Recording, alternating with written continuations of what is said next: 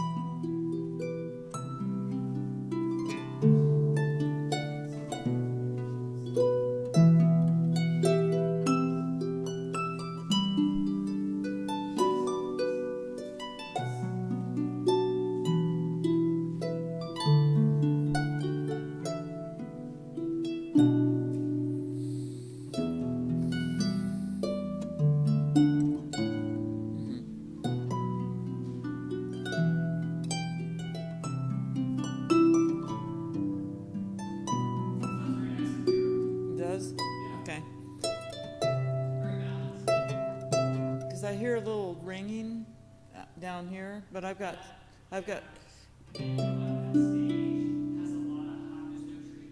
Okay. Right.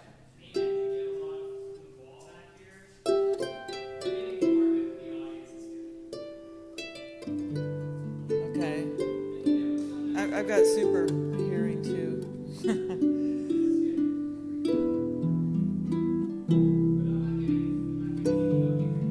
Okay.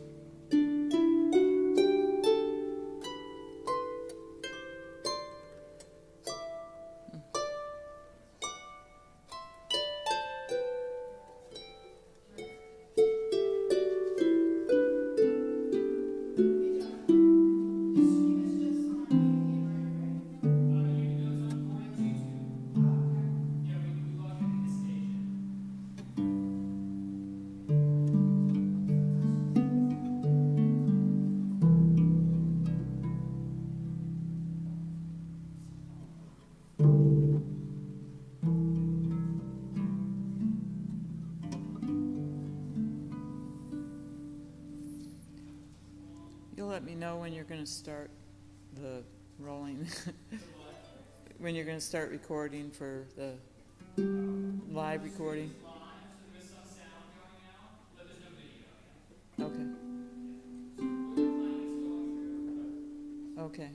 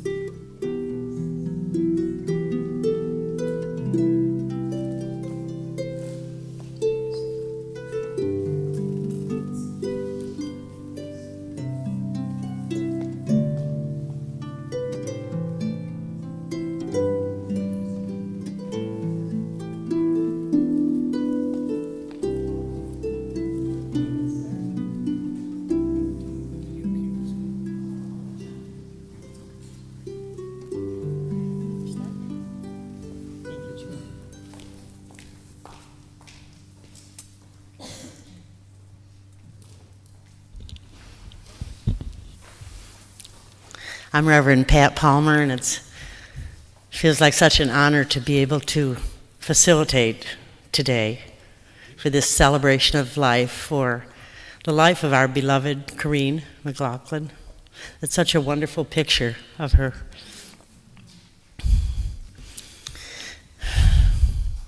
We can feel the love in this room,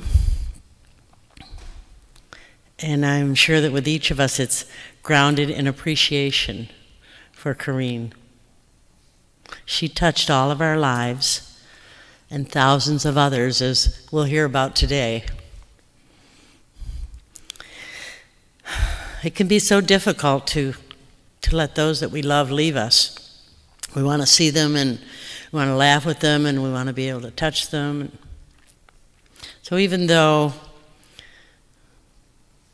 I'm sure most of us really know at a deep level that Corinne is living in a realm of delight and love, one that we can really not imagine, we who are still in our bodies. We still want to say, not yet. You know, you had more years to be with us. We still want to say, I miss you. Well, apparently Corinne's work and her journey here were complete. Who are we to know? We don't know. The last few days, I had opportunity to talk with her, and we sit with her, and we did talk a lot about that, about our journeys as human beings. And she was so wise, so wise. I'll always treasure that last moment I got to be with her. As we just looked, she wasn't speaking, and we just looked deeply into each other's eyes, and we knew it was all okay. Of course, Gordon, her life partner and love, has the biggest challenge of any of us to understand and to accept and to carry on with their work, although in quite a different way. And it's so good that each one of us is here. It's so good that we're gathering together today, really to support Gordon as well as to honor Corinne's life. And we all here to give great thanks for the countless ways that we've known Corinne, and to celebrate with Gordon the powerful being that Corinne was on earth and continues now to be. We are blessed to have been witnesses to her life and recipients of the radiant peace and love and authenticity that Corinne brought to everything she did. We truly celebrate the life that she crafted. It was like her work of art. Her life was her work of art. And it just spilled over in so many ways of loving the world.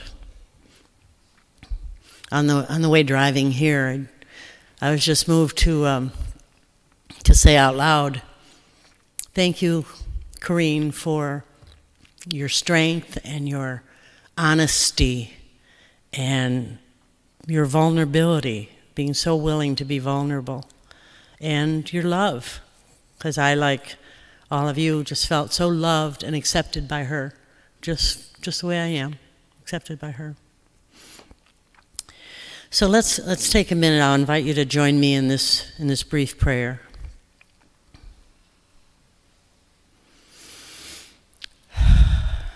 We feel the presence of Spirit in this room and in our connection with each other and with Corinne. Its goodness is tangible. In that divine knowing, we live and move and have our being. Thank you, God. Amen.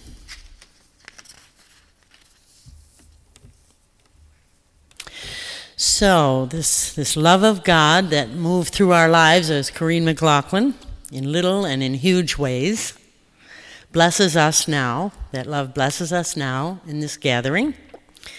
And we can be today uplifted by remembering with each other, sharing with each other the funny things and the poignant times and the challenges that she faced and overcame. And we can share the truly unique way she had of being there for each person here. So mostly, hopefully we feel gratitude for sharing, for being able to share Corinne's presence while we could. And now we feel, perhaps each one of us, open to connecting with her in a greater way than we even could when she was in her body. A way that stems from the unlimited power that she now is. So today we can share our sadness. We can feel that sadness in missing her, and also we're here to celebrate the gift that Corinne has been to us. And our togetherness strengthens us in that. So Angela, is it your turn? Oh, whoever's next.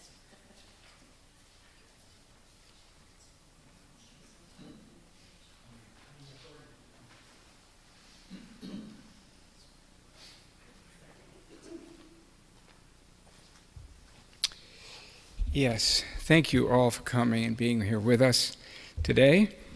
I wanted to just take a moment to invite the presences that have been so powerful and important in our life, and invite them to be with us. I know they're already here. They don't really need an invitation from me. But at the same time, I think it's good, it's more like an acknowledgement of their presence. So I just take a moment to give thanks and gratitude for all the angelic kingdom, the Archangel Michael, Raphael, Uriel, and Gabriel. Thank you for all the love and support you are constantly giving all of us.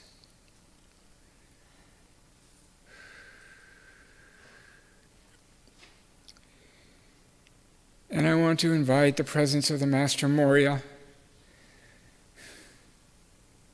who is our master, and who is close to us. And when Corinne was preparing to transition,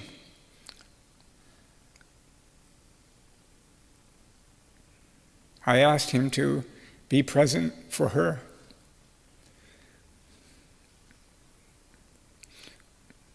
When she moved into the worlds of light. And that did happen.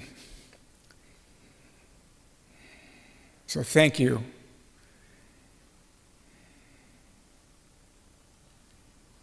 For being present for us throughout our life and continuing onward.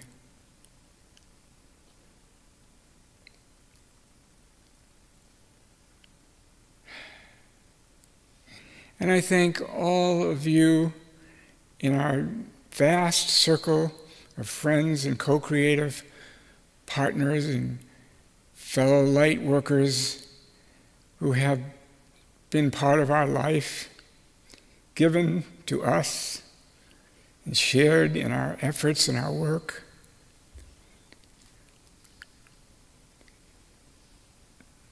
And so many of them, so many of you are not here, but I know you're present with us.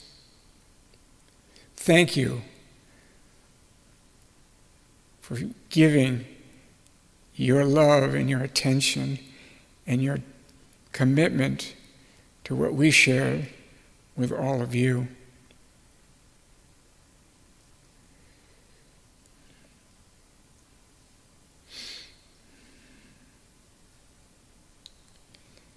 And I'm grateful for having known Corinne for all that period.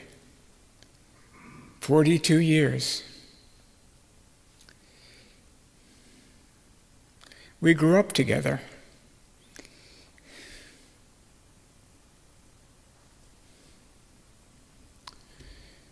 We met when we were both very unformed and certainly not spiritually mature. And we helped each other grow into full-grown spiritual warriors.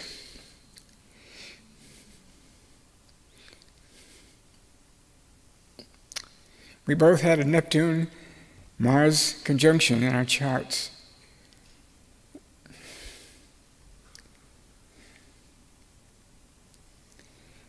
And we worked, and we fought,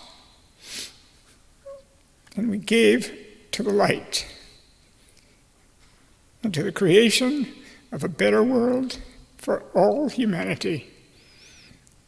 That was the axis of our life, and it remains the axis of our life. We just are standing in different places now, but we're still working together. And we will always be doing that.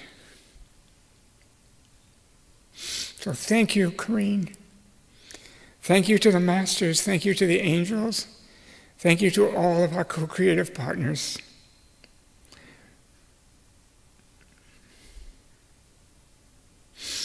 And you ain't seen nothing yet.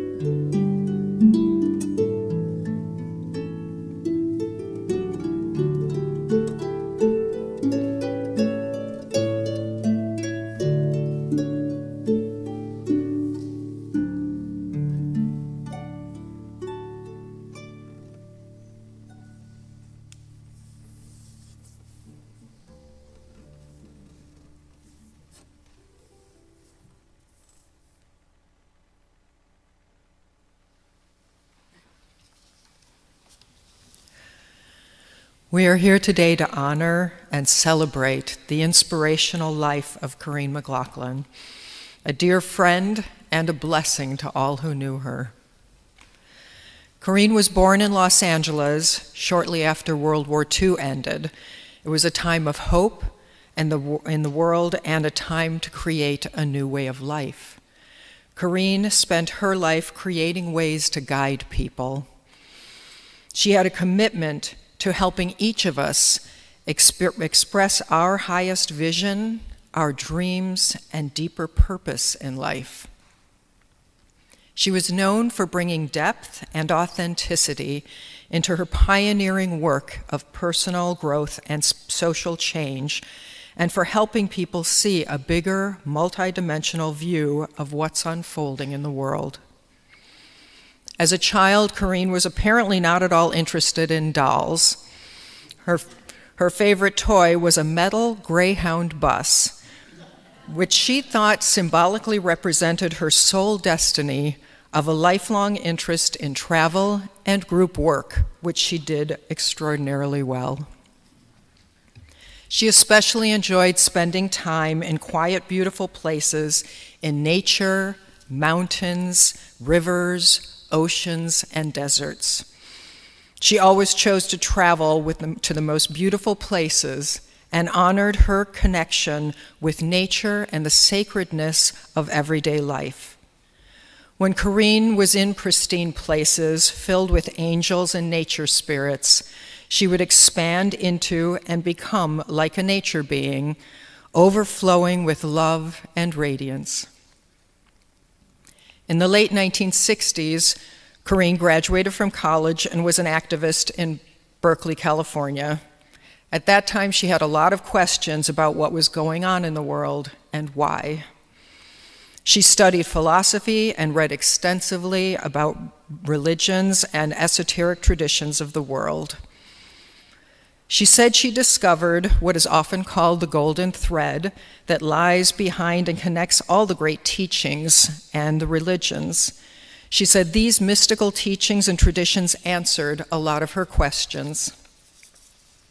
When she was 27 years old, she was inspired by David Spangler and went to Findhorn in Scotland, where she lived for almost 4 years. She met Gordon there in 1976 when he came for a week-long stay. When she first met Gordon, apparently she was not interested in his coffee consumption. However, Gordon was attracted to her and immediately spent the entire week trying to get her attention, which he finally did. They went on a trip to Edinburgh Castle, where they sat in front of a fireplace during a snowstorm and talked until 3 in the morning, and that's when they fell in love. Gordon went back to New York, but Corinne's beautiful letters encouraged him to return and become a member of the Findhorn, where they lived together. After leaving Findhorn, they traveled for 9 months giving talks, which became a pattern for the rest of their lives. During their travels, they often had unique accommodations. One time, while giving a talk in Mendocino, they were put up in a converted goat shed. But they also stayed in a huge mansion in Connecticut where the entryway was bigger than their entire house. In 1978, Corinne and Gordon co-founded the Sirius Community, a pioneering educational center for sustainable development and environmental education in Massachusetts. Sirius has 93 acres with a large solar conference center, energy-efficient homes, and organic gardens. They lived there until 1994, and they were instrumental in the first 15 years of shaping and creating the community, which continues today. Corinne and Gordon decided to get married on the Harmonic Convergence in 1987 after a short engagement of only 12 years. They finally decided to become husband and wife to present a more respectable face to the mainstream public. They worked in Washington, D.C. for several years, off and on, bringing spiritual teaching and classes, but Gordon wanted to go back to Sirius Community, while Corinne wanted to stay in D.C. They did go back to Sirius, but 2 months later, their house burned down, which led them to believe they were being divinely guided to live in D.C., so they moved there. Corinne and Gordon went on to found the Center for Visionary Leadership in Washington, D.C. in 1995, where she was the executive director. And Corinne also coordinated the National Task Force for President Clinton's Council on Sustainable Community Development, where she worked with the U.S. Department of Commerce, the AFL-CIO, and major groups to develop environmentally sensitive policies and help develop a media and public participation strategy for sustainable communities. Imagine what it must have been like to work in Washington at that time, making a difference. Many of us who knew Corinne for years didn't realize the extent of the work she did because she never talked about herself. She was always more interested in what others were doing and asked you about your life. Corinne and Gordon then founded the World Service Intergroup, WSI, in 1996, an international meditative conclave that met in cities all over the world, working for the good of humanity. Corinne worked with many private and nonprofit organizations over the years, including the U.S. Environmental Protection Agency, the administrative offices of the U.S. courts, and she served as a deputy project director for a year-long study on best practices in drug elimination, tenant opportunity, and economics for the U.S. Department of Housing and Urban Development. And she helped write a guidebook on best practices, partially funded by the Milton S. Eisenhower Foundation. It's amazing how many things she accomplished. Corinne served on an adjunct faculty of the American University in Washington, D.C. for several years, teaching courses on transformational politics. And she also served on the adjunct faculty of the University of Massachusetts in the Department of Anthropology. After 9/11 and the contraction that happened in Washington, D.C. and around the country, Corinne and Gordon decided to move to California. In 2002, they expanded and explored more of the intersection of politics and spirituality. They co-authored many books, including Builders of the Dawn, Community Lifestyle in a Changing World, and The Practical Visionary, a New World Guide for Spiritual Growth and Social Change. Corinne was a fellow of the World Business Academy and Findhorn Foundation in Scotland. Corinne and Gordon had an amazing life together and traveled throughout the US, Europe, South America for over 30 years, giving seminars on everything from teaching people meditation to conflict resolution, visionary leadership, science of the soul, and a lot of work on spiritual politics, and looking at the hidden side of world events. They visited every major park in the US, connecting with the powerful energy of nature. And one time at the foot of Mount Shasta, Corinne brought in the energy so powerfully that Gordon passed out completely and hit his head on a rock. But he was okay. She was an inspiration to many, and she taught us how to live our lives more fully and how to access a deeper sense of inner peace. In her own words, Corinne said, "We need to each find our part in this new world, our unique contribution to a better life for everyone. We each need to get in touch with our higher purpose and to do an honest inventory of our gifts and abilities and match them with what's needed in the world. Then we can shape our purpose into a specific mission and design an appropriate strategy for achieving our goals. Most important, we need to make sure that we really enjoy taking on the challenge that we're considering so that it's sustainable in the long run." Corinne, you will be missed by many, and we hope that your inspiration will live on in all of us.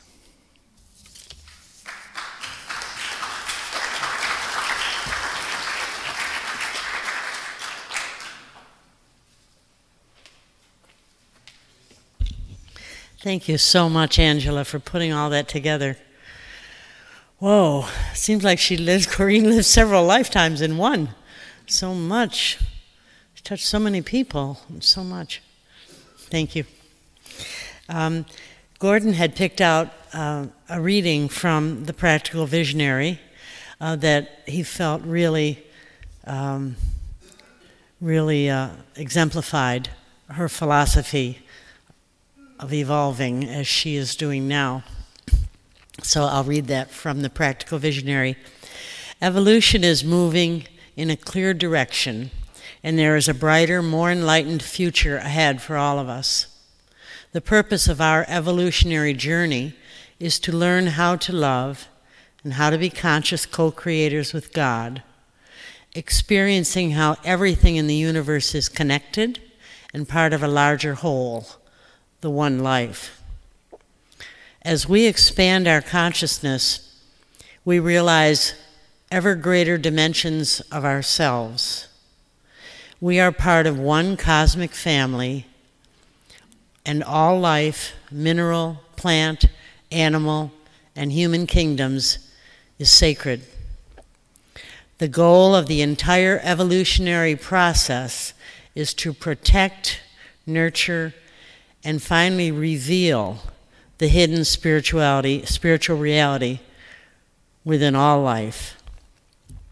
Seeing a glimpse of the evolutionary design is like seeing all the pieces of a puzzle fit together in perfect harmony. Awareness of this design brings a deep sense of joy and security, assuring us that our lives and the lives of this planet are not just random series of events going nowhere. There is a purpose to life. The evolutionary plan unfolds slowly, adapting to the needs of humanity and the kingdoms of nature. Since it is a living plan, we co-create it with God, Spirit, Universal Mind, working out the details after understanding the broad outline. Most important, we can sense the higher plan when we become silent and go more deeply within ourselves. Life has encoded this design in every cell of our beings. It's what gives us each a sense of hope and joy despite outer circumstances. It's the dream that lives in the mind and soul of all humanity, written in the sacred fire of our hearts. The best news is this: each of us has a part to play in this evolutionary plan. Your main task is to discover your soul's unique purpose and function, and then to become really good at it, developing skill in action. And lastly, when you do that, you will feel much more fulfilled and purposeful, perhaps for the first time in your life. Wow.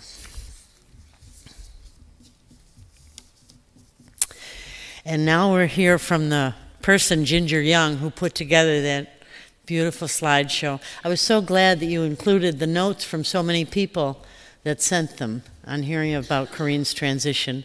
So, Ginger.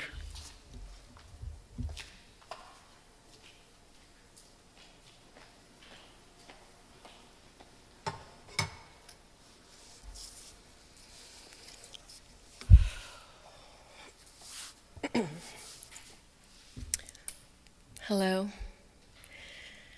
Thank you.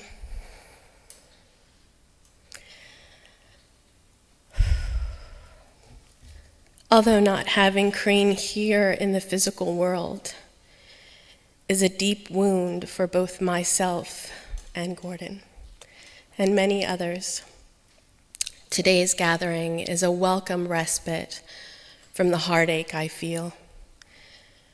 And it just makes my heart sing to celebrate Corinne. I love seeing the faces of people who Corinne has connected with and deeply touched. I can feel the energies pouring in from all over the world, from those who know and love Corinne. I can feel her presence here. And in an enigmatic way, I feel closer to Corinne now, more than ever before. It is indeed something very special to radiate the note of a soul as beautiful as Corinne's. She was and continues to be an incredibly powerful light in the world. I stand here today a far more compassionate, loving, intelligent, and conscious human being because of Corinne. To me, Corinne was more than a spiritual worker, spiritual teacher and co-worker, more than a loving mother figure who always tried to steer me in the highest possible direction for my life, more than a soul sister and best friend who walked with me heart to heart, mind to mind, and soul to soul. Corinne, along with Gordon, were my first spiritual teachers.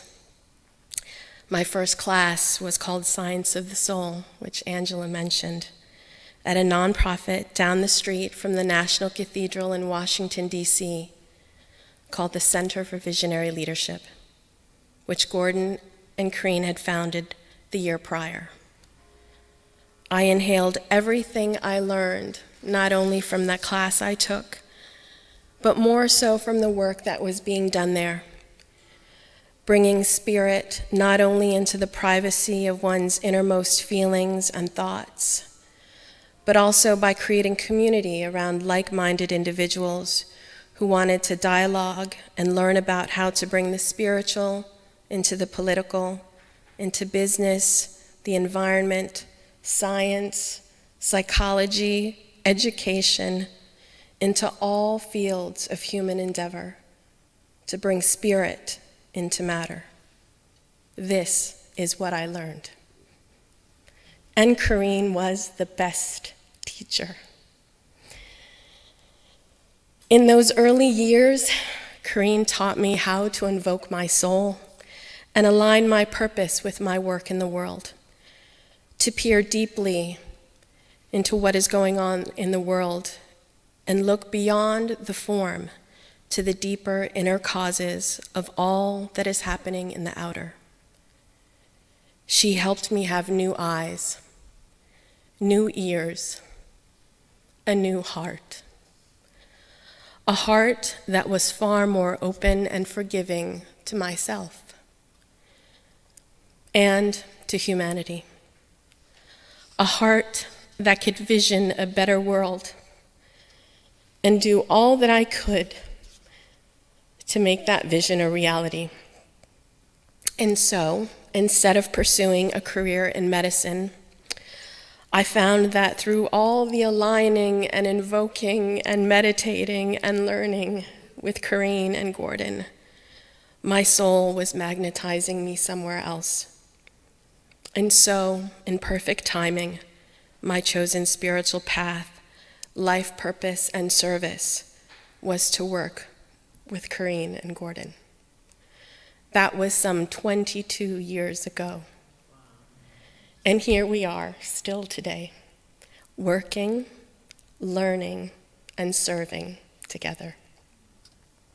I am so proud of all the work that we have done, that we will continue to do.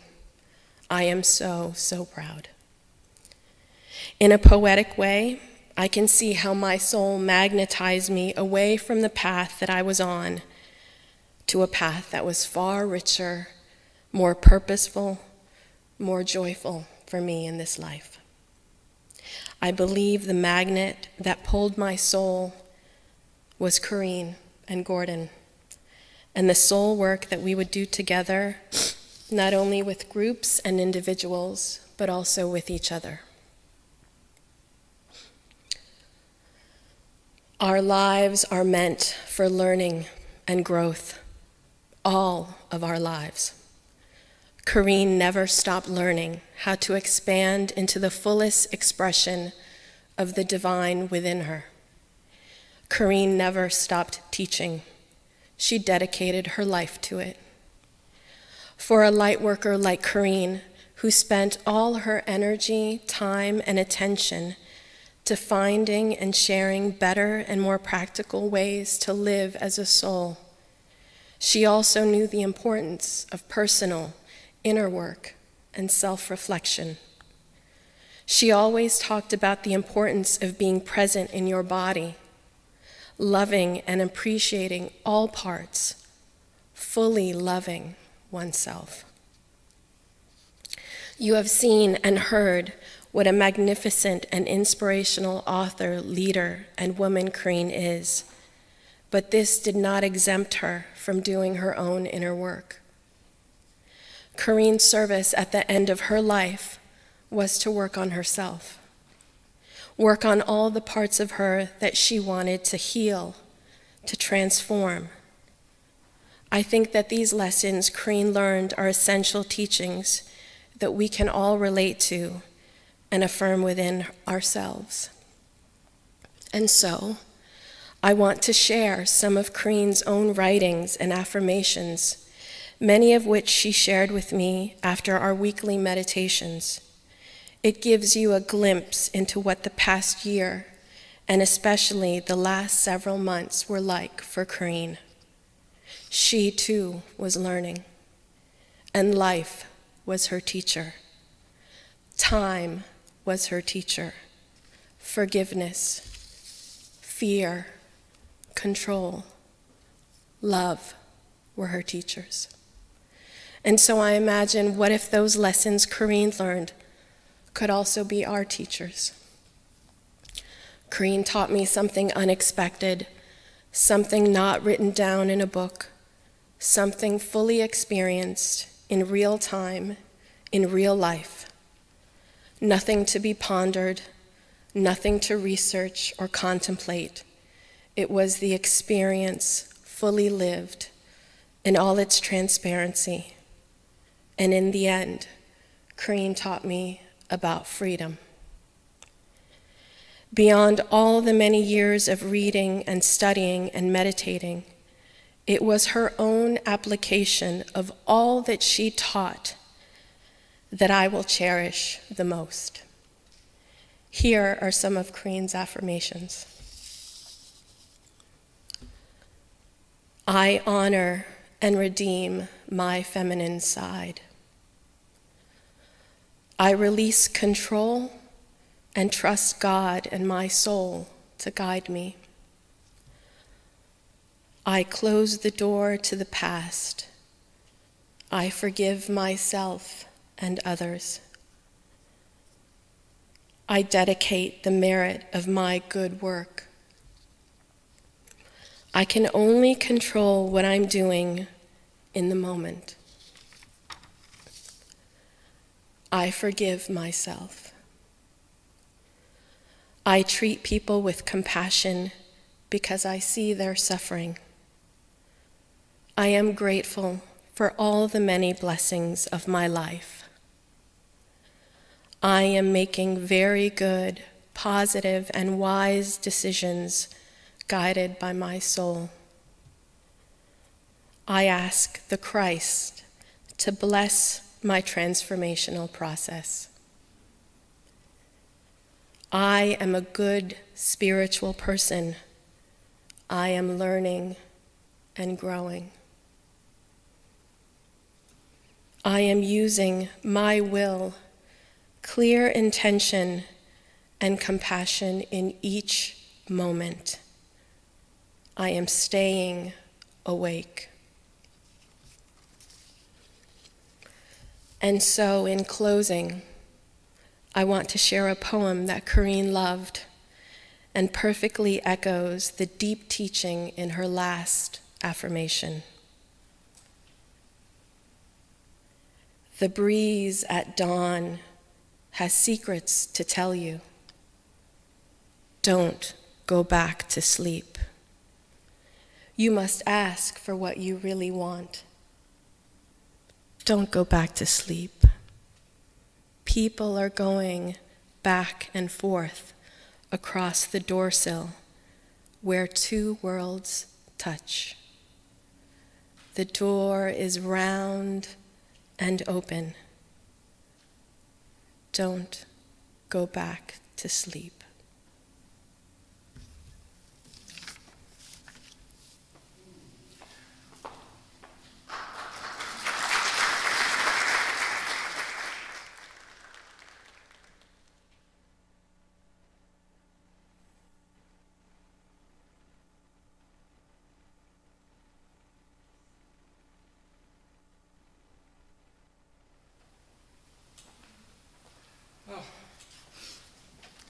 That's a tough one to follow. I really was thinking about the doorway between the worlds. The door is round and open. And that's what I wanted to share with you today is, I guess you've all heard a lot about the incredible range and power of what Corinne created and contributed to and how she affected people. We have about 75 pages, 12-point, single-spaced, of tributes to Corinne from all over the world. That's how much she affected people. I couldn't believe it. We started getting these. She didn't want me to tell anyone how ill she was. That's why no one ever knew anything about it. She absolutely made me promise not to tell anybody. Until finally, in the last 4 or 5 days, she didn't change her mind. I just decided I'm going to tell people. And I did. I sent out an email. I told everyone we knew. And then everything started pouring in. And it was a very good thing to do because we got tremendous support from all over the world from so many people. I was astonished. I really was.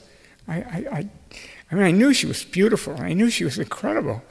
But I didn't realize, and she, even herself, all through her life, doubted whether she was really having that much effect. Can you imagine?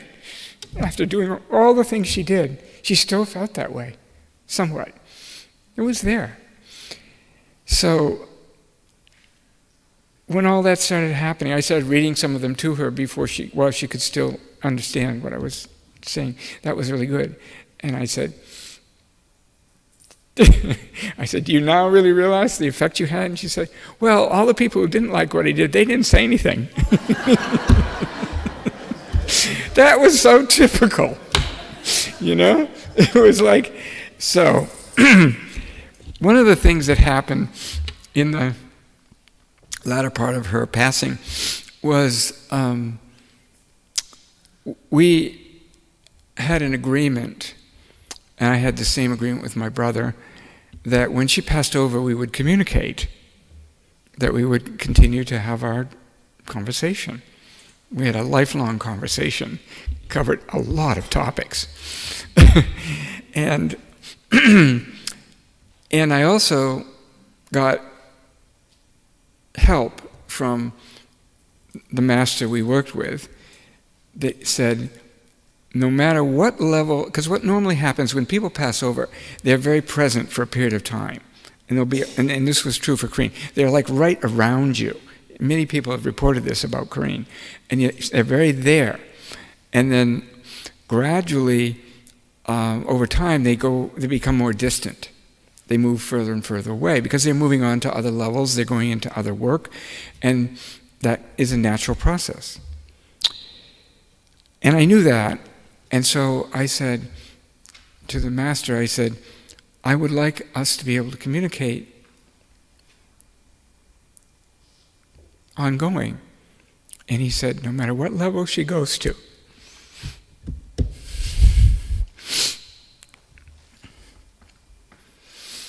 you will always be able to communicate.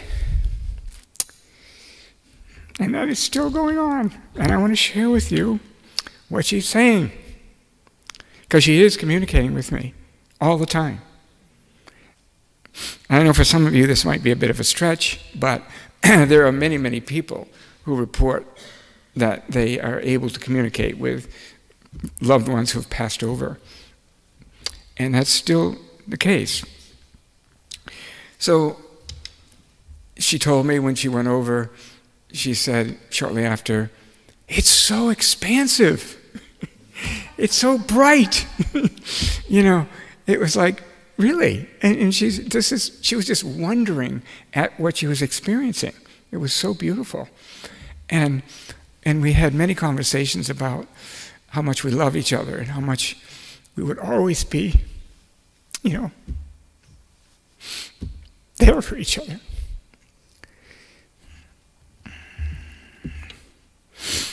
So, a lot happened. I'm not going to go into everything, but one thing that really happened that's important is on my birthday, September 4th, we had this long conversation because it was my birthday, and she wanted to support me and reassure me that everything was okay. So she did this somewhat longer, kind of like a transmission about what she wanted to share with all of you. Exactly, it was for this purpose. So I'm going to share that with you now.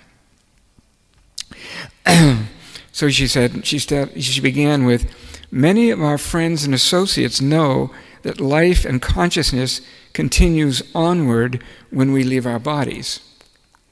It is an aspect of Gordon's and my service to witness and share with you the absolute reality of this truth. Before my passing, we made a deep commitment to each other, and with the help of our masters, that we will always be able to share our love and thoughts, regardless of whatever realms of light and service we may abide in. Thus, we will be sharing together our insights from both the third dimension and the fifth dimension of the higher worlds. As many of you know, a great transition leading to a transfiguration of Earth, our world, and humanity is fully underway. From my viewpoint now, there is great activity and progress as victory after victory over the controlling dark powers continues to accumulate in a triumph of the light. That's what she's seeing. There have been many victories. Despite appearances, there are many, many positive things going on, especially on the inner levels. The energy of love, the substance that stands behind and builds all forms, is being magnified and expanded within every living being on earth. Although there are conflicts and sufferings still remaining, the necessary steps have been and are being taken to end the causes of these conditions. We, both of those of us in the inner worlds and our sacred co-creative partners on earth, are establishing the new world where love and kindness towards all living beings will be the guiding light. Focused will and well thought out plans and methods are now building a world where positive, creative life will become available to all humans and all living beings on earth. This will result in Earth becoming a beautiful, radiant garden of light and joy, in full alignment with Gaia's higher purpose, which is to be a radiant home for all beings living upon her, in full communion with all other planets in our solar system and beyond. Not bad for future. This inevitable destiny is now being fulfilled and will continue to grow until all life is consciously living as one loving, vibrant, communing being presence, with each manifestation of the One aware of its unique purpose and contributing to the great woven tapestry of oneness throughout all the worlds. That was her final statement. So I said to her after all this, I said, is this really your view? Is this really your view? In other words, am I making this up in my head? That's really what I was saying. It is expressed as a synthesis of your mind and heart and mine. It is a beautiful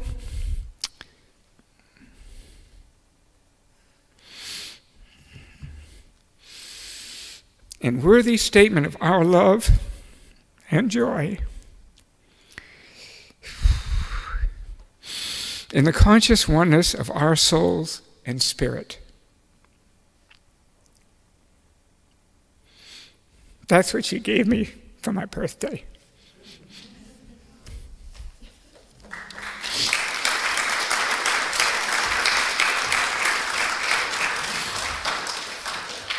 So we've had many, many conversations. She is working with my brother and my mother, who passed. My mother passed about 2 weeks after she did. My brother passed 8 months ago. And they're all working together to bring more light, to raise the frequency of the earth and human consciousness, to be ready for the great shift that is going on and going to intensify, where we are moving into a higher state of consciousness and being on this earth. Everyone. And everyone who can't do that will have an opportunity to go somewhere else. So,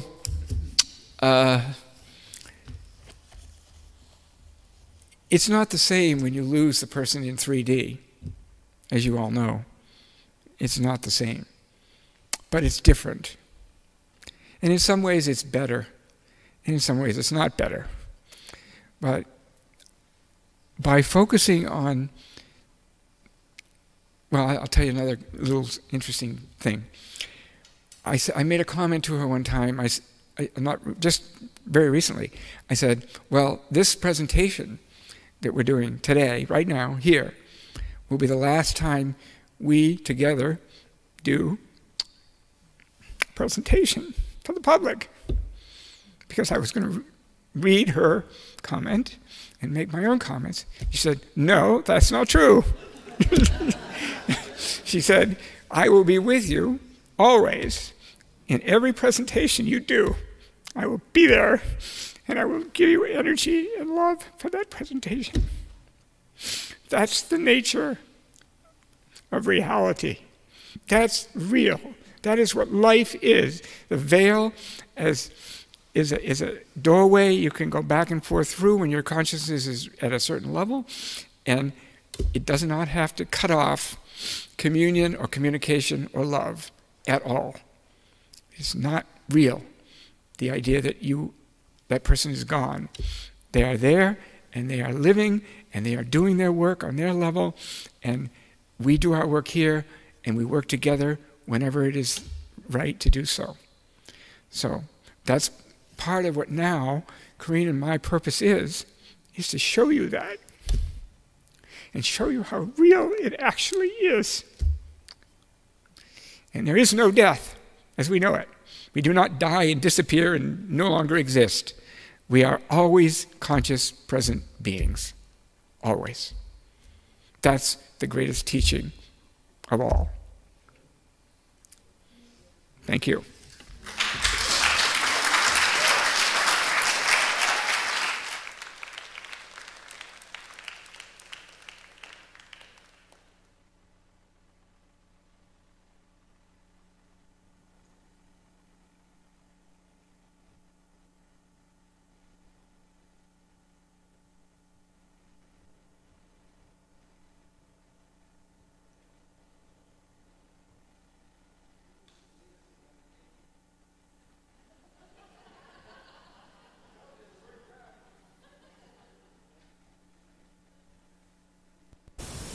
Hello everyone, I'm Corinne McLaughlin, and I'd like to invite you to join me in a meditation on the wheel of life, the wheel of co-creation, where there's solutions for all of our challenges today, where we can create a better future for humanity.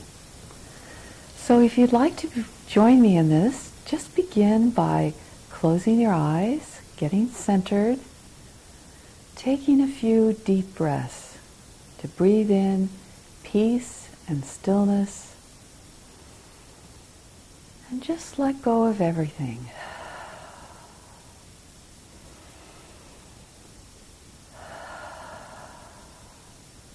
Focus your attention in the present moment.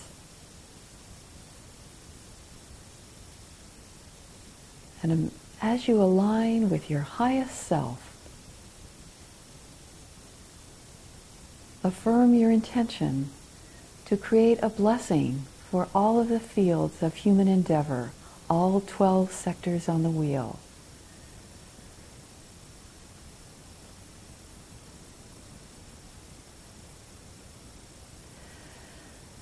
So see light pouring in through the top of your head, from your highest self. Imagine you have an inner dial where you can raise your frequency, like the dial on a radio receiver. Just turn up the frequency.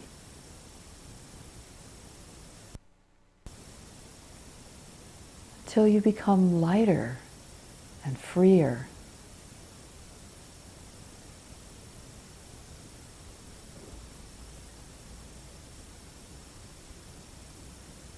And imagine that you're standing in the center of a great wheel, a wheel of life. Seeing all around you all the sectors, the fields of human activity. And as I name each of them, send your love and blessings to each. So in the environment, see new sustainable approaches to restore the earth. In governance, see people being engaged to become more active and create a fair political system. In health, develop holistic approaches to heal the mind, body, and spirit. In infrastructure, develop sustainable energy and transportation. In justice, create a fair legal system and rehabilitate criminals. In media, focus on positive news and useful social media. In relations, heal and transform our inner psychological life and relationships. In science, research consciousness with insights from the new physics. In spirituality, honor the commonalities and respect all spiritual paths. In the arts, return creativity to our lives and our schools. In economics, reduce poverty with socially responsible businesses and investments. And in education, promote lifelong learning and educating the whole person. So as you see all of these fields, see if one of them particularly attracts you and draws you in more deeply. What attracts you?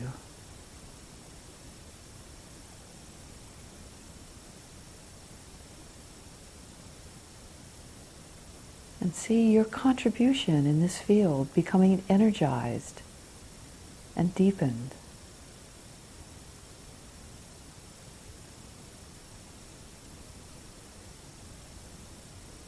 And just see this field connected with all of the fields, interconnected, interdependent.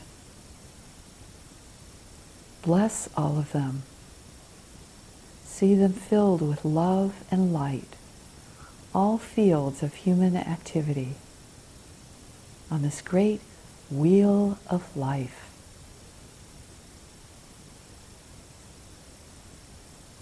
So again, take a few deep breaths. And when you're ready, slowly bring your awareness back into your body, into the room. And if you'd like, make a few notes to help you remember this experience. And when you're ready, let's come back together, open your eyes, and know that you can repeat this meditation, use it wherever it's useful in your life. So thank you for being part of this blessing, and have a wonderful day.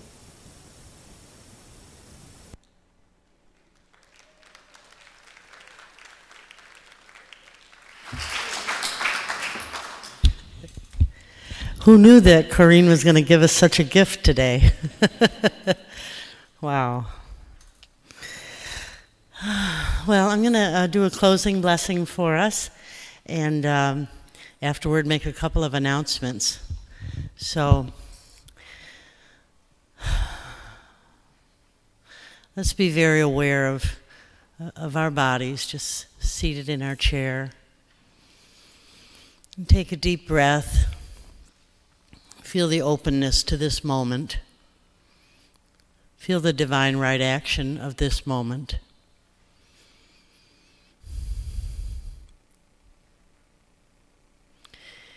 And we feel the presence of Spirit,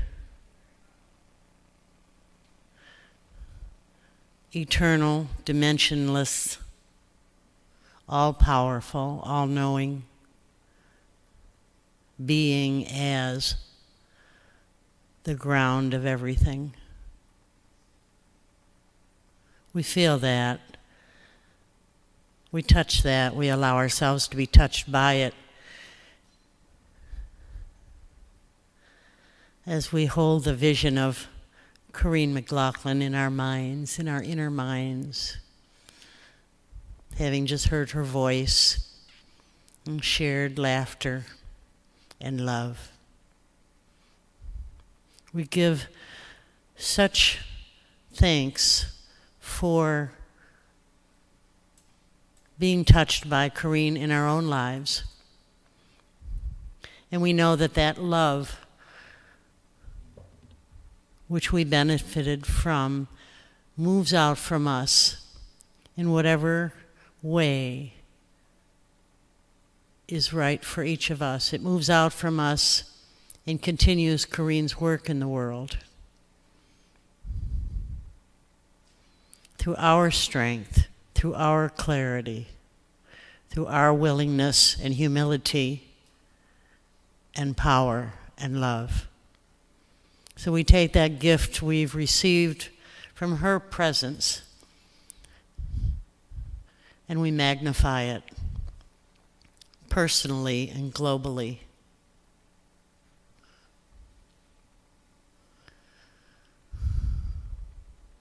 So together we feel the gratitude in our hearts for this time that we've spent together.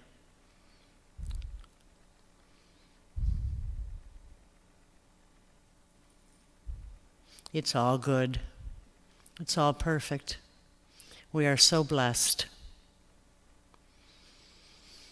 And so it is. Amen.